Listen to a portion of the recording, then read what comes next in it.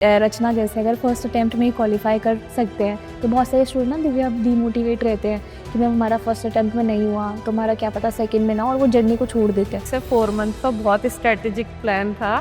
क्या schedule right मैंने सोचा नहीं था कि जेआरएफ होगा। मेरा बस ये था कि शायद मेरा फर्स्ट अटेम्प्ट है तो मे बी यूजीसी नेट ही होगा, खाली कि असिस्टेंट प्रोफेसर हो जाए।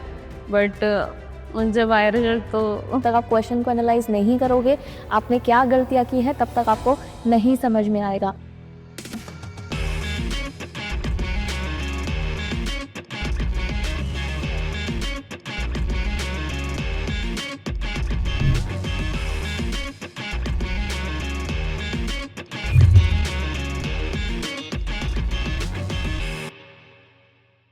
Hello everyone, very welcome to UGC NET text book super coaching. और जैसा कि आपको पता है कि अभी हमारा रिजल्ट आया था और रिजल्ट के अंदर बहुत सारे स्टूडेंट्स ने जेआरएफ और नेट भी क्रैक किया है।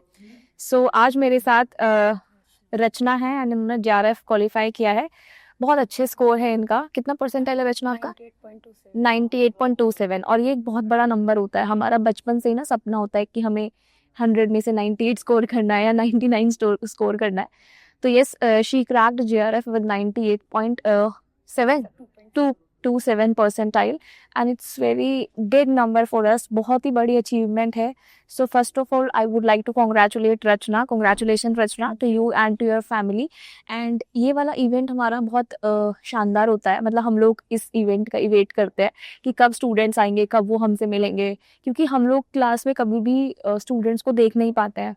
इनफैक्ट वो लोग मुझे देखते हैं बट मैं उनको कभी नहीं देख पाती हूँ। यही इवेंट होता है जिसमें हम लोग देख पाते हैं स्टूडेंट्स को, इंटरेक्शन कर पाते हैं।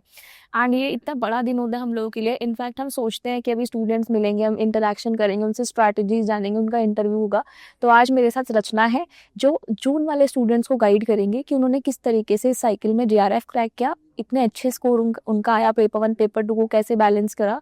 तो हम रचना से बात करते हैं। तो रचना, आपकी प्रिपरेशन जर्नी कैसे रही? पहले अपने इंट्रोडक्शन से स्टार्ट करते हैं। आपका मास्टर्स, आप कहाँ से बिलोंग करते हैं? Then we will start with the preparation journey.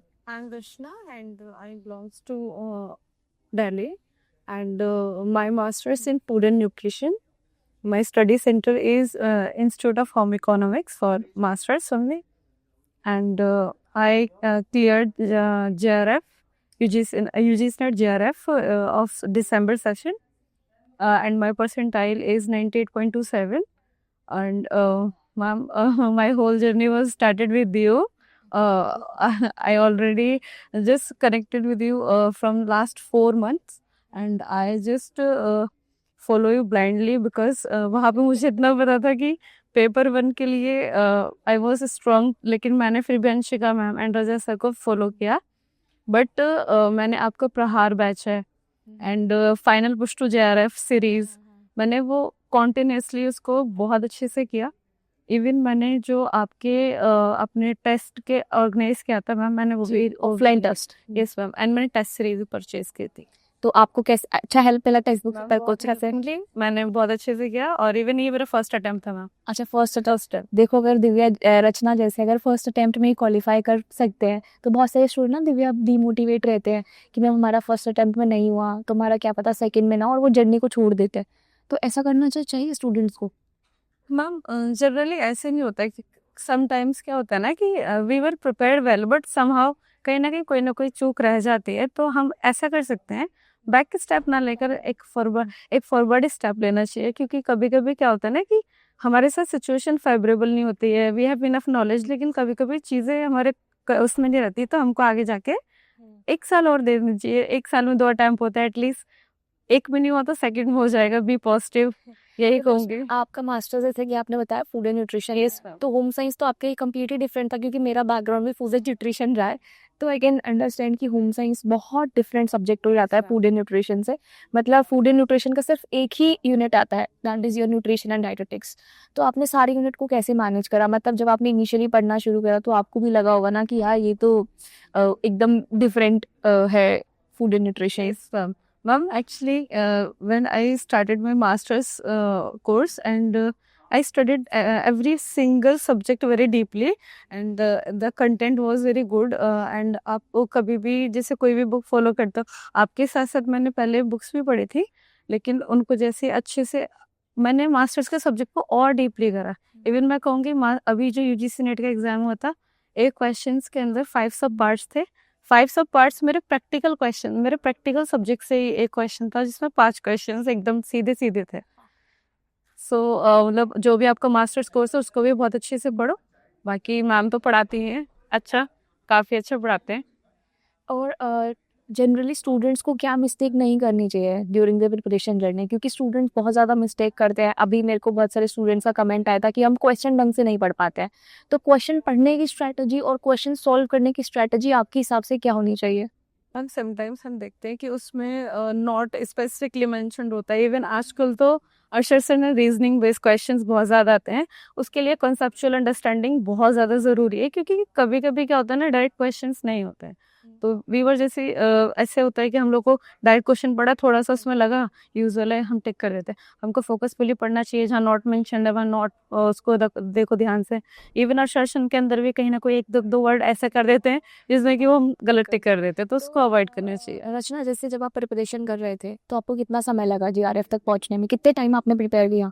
Ma'am मेरा कम से कम 3 से 4 मंथ का बहुत स्ट्रेटेजिक प्लान था। क्या स्केड्यूल रहा है? क्योंकि जनरली स्टूडेंट कहते हैं कि यार मैम हम ना कैसे पढ़े, मतलब क्या स्केड्यूल बनाए हम जीआरएफ क्रैक करने के लिए, क्या स्ट्रेटेजीज बनाए? मैम फर्स्ट ऑफ ऑल मैंने सारे यूनिट्स को डिवाइड किया। मैंने खाली FN पे फोकस नहीं किया, मीन्स फूड एंड न्यूट्रिशन पे फोकस नहीं किया। मैंने अदर सब्जेक्ट को जैसे टेक्सटाइल्स वगैरह, ह्यूमन डेवलपमेंट और थोड़ा सा मैंने इन्वायरमेंट वगैरह और कंप्यूटर, मैंने पेपर 1 पे भी फोकस किया। मैम सबको लेके चलोगे तभी कुछ हो पाएगा। और आपने टोटल 7 to 8 मंथ स्टडी किया है मास्टर्स के साथ साथ? Yes ma'am. तो बहुत ही अच्छी बात है, क्योंकि मास्टर के साथ प्रिपेयर करना ही बड़ा, हाँ, इजी भी है लेकिन थोड़ा सा टफ भी है, क्योंकि आपको मास्टर्स भी करनी है और आपको पढ़ना भी है, तो दोनों चीज़ को बैलेंस करना बहुत मुश्किल है। yes, तो इसलिए I can see your struggle behind this journey, क्योंकि बहुत ज़्यादा स्ट्रगल लगता है यहाँ तक पहुँचने में। तो रचना, बाकी मतलब आपको ऐसा क्या लगता है कि बच्चे बोलते हैं कि मैम पेपर 1 में ना हम लैग कर जाते हैं, DI नहीं होता, मैथ्स नहीं होता, तो आपने कैसे सॉल्व किया DI मैथमेटिक्स को? मैम मैंने पेपर 1 के लिए अंशिका मैम की वीडियोस भी फॉलो करी, एंड रजत सर ने एंड में जो भी चीज़ें दी वो भी बहुत क्वालिटेटिव थी। बाकी मेरा मैथ्स शुरू से स्ट्रॉन्ग रहा है, तो मैं और भी प्रिपरेशन करती, जैसे TGT DIT+V की प्रिपरेशन में मैंने काफ़ी टाइम से मैथ्स को करा है, और DI वगैरह और वैसे कंप्यूटर वगैरह भी अलग से मैंने कर रखा है, तो मेरे को ज़्यादा हार्ड नहीं लगा, क्योंकि कहीं ना कहीं कुछ ना कुछ ऐसा था जो मैंने प्रीवियस ईयर पढ़ा, वो मेरा काम ज़रूर आया, ऐसा था। तो अभी तो वो आपको JRF मिल गया है, तो आई गेस PhD की जर्नी आपको आगे शुरू कर देनी चाहिए। मैं अभी थोड़े 1-2 मंथ के लिए रुकूंगी। रिसर्च प्रपोजल हाँ यस मैम, रिसर्च प्रपोजल बनाऊंगी। अभी मैं उसके लिए गाइडेंस दूंगी, अभी जो प्रोग्राम हो रहा है उसके अंदर। उसके बाद में थोड़ा सा और 1-2 प्रोफेसर से कांटेक्ट करूंगी, उसके बाद में स्टार्ट करूँगी। श्योर। तो जब आपने JRF क्रैक किया, जब आपका रिजल्ट आया, तो हम आपकी नहीं, आपके पेरेंट्स की बात करेंगे। मैंने सोचा नहीं था कि JRF होगा, मेरा बस ये था कि शायद मेरा फर्स्ट अटैम्प्ट पे तो मे बी UGC नेट ही होगा, खाली कि असिस्टेंट प्रोफेसर हो जाए। बट जब आया रिजल्ट तो मैं बहुत ज़्यादा मतलब खुश, बहुत ही ज़्यादा खुश हुई। इवन मतलब आपने इतना बेस इतना स्ट्रॉन्ग कर लिया था, बेस होम साइंस बैकग्राउंड के ना होके फिर आपने इतना प्यारा मतलब अपना स्ट्रॉन्ग कर लिया बैकग्राउंड इस होम साइंस सब्जेक्ट में, क्योंकि home science subject is completely different from food and nutrition. आपको सिर्फ होम साइंस में एक ही न्यूट्रिशन की रिलेटेड, बाकी तो कंप्लीट आपको ऐसा स्टार्टिंग में लगाओ कि यार हम क्या कपड़ा पढ़ रहे हैं और क्या मैनेजमेंट पढ़ रहे हैं और क्या हम इंटीरियर डिजाइनिंग पढ़ रहे हैं। तो मजा आया आपको? इंटरेस्टिंग लगा था? बिल्कुल, होम साइंस बहुत कंटेंट रिच है। इवन हमको डिफरेंट एस्पेक्ट्स प्रोवाइड करता है। होम साइंस के 5 मेजर एस्पेक्ट्स हैं जिनको हम एक्सप्लोर कर सकते हैं। इवन मेरा फूड एंड न्यूट्रिशन है, but there are also 4 different aspects like communication, resource management, human development, textile and apparel science. So there are major subjects specialization under home science. PhD आप कौन से specialisation में कर रहे हो? Ma'am मैं specially मेरा पब्लिक हेल्थ में जाएगा। Public health? Yes ma'am, lifestyle diseases and intervention of public health. Okay, तो पेरेंट्स को क्या रिएक्शन था, कैसा लगा उनको फिर आपने ma'am actually papa was very happy, but mama don't know about this, so I explain her first कि मम्मा ऐसे ऐसे। फिर अच्छा okay, but they just like कि अच्छा है हुआ है, बट एक होता है ना डीप एंड डाउन नॉलेज नहीं होती। पता है आप इस मतलब यहाँ तक ना बहुत सारे स्टूडेंट्स नहीं पहुँच पाते हैं, बहुत सारे मतलब ऐसा नहीं कि वो लोग मेहनत नहीं करते हैं, वो लोग मेहनत करते हैं बट वो यहाँ तक फिर भी नहीं पहुँच पाते हैं, एक स्टेप थोड़ा सा पीछे रह जाते हैं। बट मैं यही कहना चाहूँगी सभी स्टूडेंट्स को कि जो भी जून के लिए प्रिपरेशन कर रहा है तो बिल्कुल भी अभी आपको घबराना नहीं है, ज़्यादा समय भी नहीं बचा है, ऑलरेडी फरवरी आधा जा चुका है, मार्च अप्रैल और 1 महीना आपको लास्ट का रिवीजन के लिए बचाना होता है। तो रिवीजन टेक्निक क्या थी दिव्या कि कैसे आपने रिवीजन किया? यार मैंने बहुत सारे टेस्ट सीरीज बहुत सारे मतलब आपने एक दिन कर के उसको फिर एनालाइज करना, जहाँ भी अगर पेपर 1 में मैम मेरे को 1 घंटा भी लग रहा है ना देने के बाद, तो मैंने उसको 2 घंटे के लिए एनालाइज किया, क्योंकि कि आपने क्वेश्चन कौन से लिस्ट किया उसका डीप अंडरस्टैंडिंग, उसमें क्या कमियां रही। इनफैक्ट मैं भी क्लासेस में यही बोलती थी कि हमेशा आपको डीप अंडरस्टैंडिंग होनी चाहिए कि आपने क्या analysis is very deep analysis बहुत ज़रूरी है। जब तक आप खुद को एनालाइज नहीं करोगे आपको पता ही नहीं चलेगा कि आपने क्या मिस्टेक किया है। तो कितना महीना आपने रिवीजन को दिया? मैम मुश्किल से मैं सच बताऊँ तो मेरा ऐसे 25 डेज के अराउंड था फॉर माई रिविजन्स, बिकॉज मेरे प्रैक्टिकल सेशन चल रहे थे MSc के, इस वजह से। तो मास्टर्स और ये बैलेंस आपने बहुत अच्छे से किया। कैसे तो वहाँ के एग्जाम कैसे बैलेंस कर रह गया बस मैम। तो वहाँ के एग्जाम्स और ये कैसे मैनेज किया? मैम सेशन अगर अटेंड करते हैं तो प्रैक्टिकल हार्ड नहीं पड़ता। हाँ करेक्ट। और फिर आपके लिए यूनिट ईजी भी हो गई प्रैक्टिस करना फूड एंड न्यूट्रिशन? इवन हमारे कॉलेज का जो स्टाफ है वो भी बहुत सपोर्टिव है, तो ऐसा कोई नहीं, इवन दे अंडरस्टैंड। हमने बोल दिया था कि हमारा ऐसे तो हमें जल्दी भी छोड़ते थे। क्वेश्चन प्रैक्टिस करने बहुत ज़रूरी है, क्योंकि जब तक आप क्वेश्चंस नहीं करोगे आप तो समझ में ही नहीं आएगा कि आखिरकार क्या हो रहा है। क्योंकि बहुत सारे स्टूडेंट है जो कॉन्सेप्ट पढ़ लेते हैं, लेकिन वो जब क्वेश्चन ही प्रैक्टिस नहीं करेंगे तो उनको समझ में ही नहीं आएगा कि एक्चुअल में क्वेश्चन क्या पूछा जा रहा है। क्योंकि जो आप कॉन्सेप्ट पढ़ते हो और जो क्वेश्चन वहाँ से निकल के आते हैं दैट आर कम्प्लीटली डिफरेंट। आप पता ही नहीं चलेगा कि क्वेश्चन क्या पूछ रहे हो और आपने पढ़ा क्या है। तो आप दिव्या स्टूडेंट रचना सॉरी हाँ दिव्या निकल रहा है, एक्चुअली दिव्या हुआ है। सो आप स्टूडेंट्स को क्या बोलना चाहोगे कि वो मिस्टेक ना करे जून 2026 के लिए? क्या आपको लगा कि आपने लैग कर दिया या आप और अच्छा कर सकते थे?